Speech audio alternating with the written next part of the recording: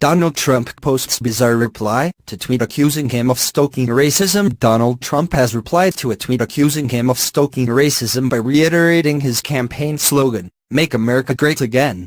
The U.S. president was replying to a tweet sharing a Washington Post article accusing him of attacking prominent African Americans to feed his supporters' belief that the system is rigged for minorities. Trump's rage tweets about LeVar Ball are part of a pattern, Greg Sargent, the author of the opinion piece, tweeted. The U.S. president's reply represents a departure from his typical Twitter activity, where he rarely engages with people tweeting criticism of him. 10 minutes later, he sent another "Make America Great Again" tweet, this time as a post to all his followers rather than a reply.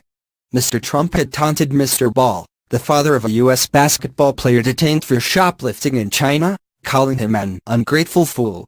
In a series of tweets, the president complained Mr. Ball, father of LaMelo Ball, hadn't given him credit for the release of his son and two other UCLA basketball players.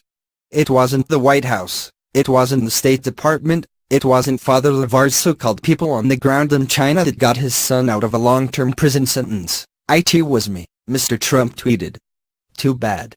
LeVar is just a poor man's version of Don King, but without the hair, he said, referencing the flamboyant boxing promoter whom Mr. Trump once saluted as a phenomenal person, despite a conviction for manslaughter.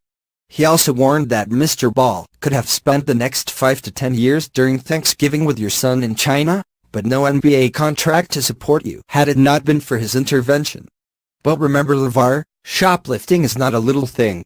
It's a really big deal, especially in China, he added. The Washington Post article Mr. Trump was responding to argues, it is hard to avoid noticing a gratuitously ugly pattern in Trump's responses, in which Trump vaguely suggests either that his targets are getting above their station, or that they're asking for too much and are insufficiently thankful for all that has been done for them.